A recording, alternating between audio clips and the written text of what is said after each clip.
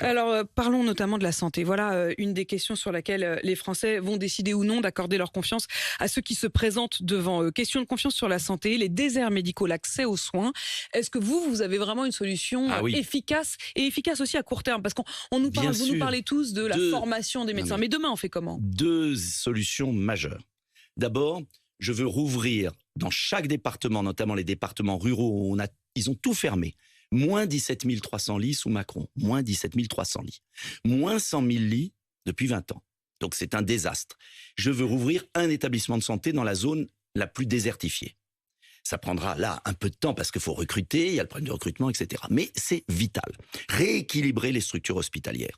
Deuxième point, je veux créer des assistants administratifs pour évacuer toutes les tâches administratives qui polluent l'activité des médecins. J'ai rencontré des dizaines de médecins, tous disent la même chose, 10 à 20% de notre temps, c'est remplir des tableaux. Donc vous allez Tout faire ça, quoi? Des des secrétaires assistants, des médicales secrétaires médicaux, puisque ça, on peut les recruter tout de suite, qui qui permettent seront payés par qui? Par les médecins eux-mêmes? mais par l'État, la Mmh. sécurité sociale.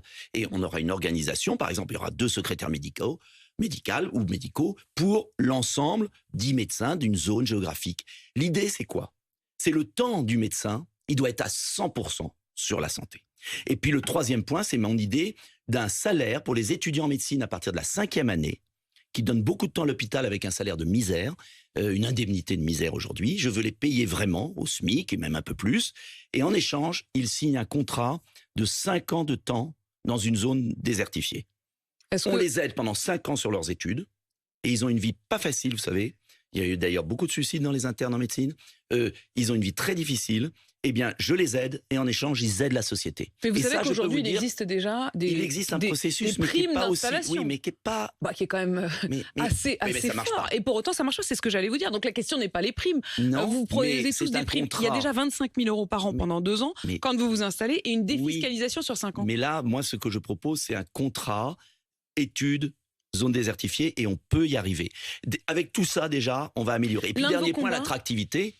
Mm. L'attractivité de l'hôpital et de l'ensemble Donc de structures de l'augmentation santé. des revenus des infirmières. Notamment la nuit. Mm. La nuit, les rémunérations des aides-soignantes la nuit, je crois que c'est 1 euro l'heure. Enfin, c'est pas possible.